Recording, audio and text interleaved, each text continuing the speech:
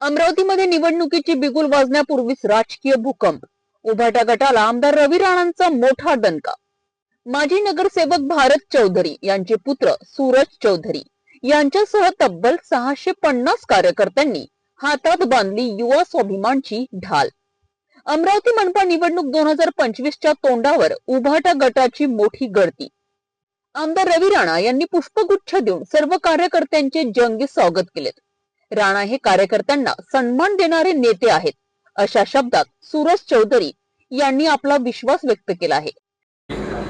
आज युवा स्वाभिमान मध्ये मी पदार्पण केलं आणि माझ्यासोबत माझे प्रभागाची जनता सुद्धा आलेली आहे आणि मी खूप आभार करतो रवी भाऊचं की मला तुम्ही इतकी रिस्पेक्ट दिली आणि माझं स्वागत केलं आणि मला पक्षात तुम्ही सन्मान दिला. धन्यवाद. तर येणारी मनपा निवडणूक युवकांच्या ताकदीवर पूर्ण ताकदीने लढणार असा हुंकार आमदार रवी राणा यांनी भरला आहे.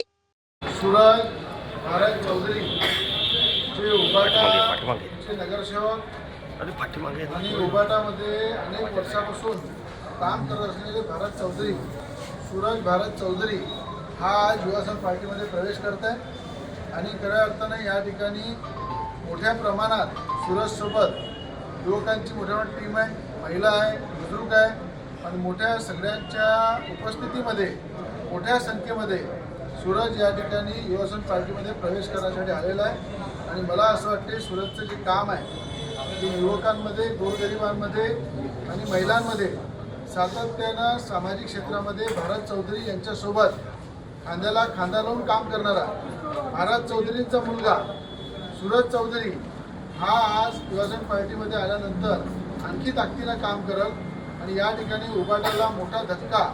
उभाटाचे कमीत कमी 400 ते 500 कार्यकर्ते उभाटामधून युवासन पार्टीमध्ये प्रवेश करत आहे.